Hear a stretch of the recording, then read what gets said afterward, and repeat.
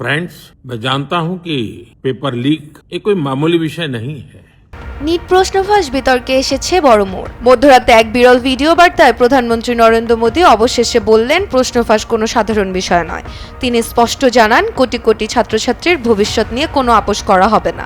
দোষীদের বিরুদ্ধে সবচেয়ে কঠোর ব্যবস্থা নেওয়া হবে এবং ভবিষ্যতে এমন ঘটনা ঠেকাতে পরীক্ষা ব্যবস্থায় বড় ধরনের সংস্কার আনা হবে বলেও আশ্বাস দেন প্রধানমন্ত্রী। गुनहगारों को पकड़ा गया है, वे जेल में पड़े हैं। हमारा सबसे महत्वपूर्ण जिम्मा था कि विद्यार्थियों का एक वर्ष बर्बाद न हो। প্রধানমন্ত্রীর এই ঘোষণার পরে সমাজকর্মী সোনাম ওয়াংচুক তার চলমান অনশন প্রত্যাহার করেন। বিভিন্ন সূত্রের দাবি, কেন্দ্রের সাথে আলোচনার পর ছাত্রছাত্রীদের উদ্বেগ দূর করতে একাধিক বাস্তব পদক্ষেপ নেওয়ার আশ্বাস দেওয়া হয়। সেই প্রতিশ্রুতির ভিত্তিতেই তিনি অনশন শেষ করার সিদ্ধান্ত নেন। বসুন্ধরা ডায়াপেন্ট এখন আরো উন্নত। এই হট এয়ার থ্রো টপশিট দ্রুত শোষণ করে সোনামণিকে দেয় কোমল অনুভূতি। এদিকে এই বিতর্কে যোগ দিয়েছে বলিউড সুপারস্টার সালমান খানও। সোশ্যাল মিডিয়ায় তিনি হালকা মেজাজে লেখেন, Sonam Wangchuck, it's done bro, will send food.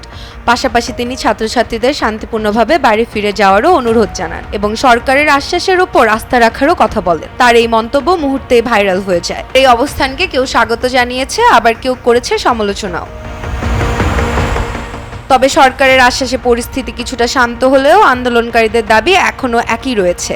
তারা চাইছে নিরপেক্ষ স্বচ্ছ তদন্ত, প্রশ্নফাঁস রুখতে আরও কঠোর আইন এবং ভবিষ্যতে এমন ঘটনা যাতে আর না ঘটে তার জন্য স্থায়ী সংস্কার। এখন সবার নজর একটাই প্রশ্নে, প্রধানমন্ত্রীর এই বড় আশ্বাস কি সত্যি নিট পরীক্ষায় ছাত্রছাত্রীদের হারিয়ে যাওয়া বিশ্বাস ফিরিয়ে আনতে পারবে, নাকি আরও কঠোর পদক্ষেপের অপেক্ষায় থাকবে দেশ? Shrabani Chanda, Daily Sun.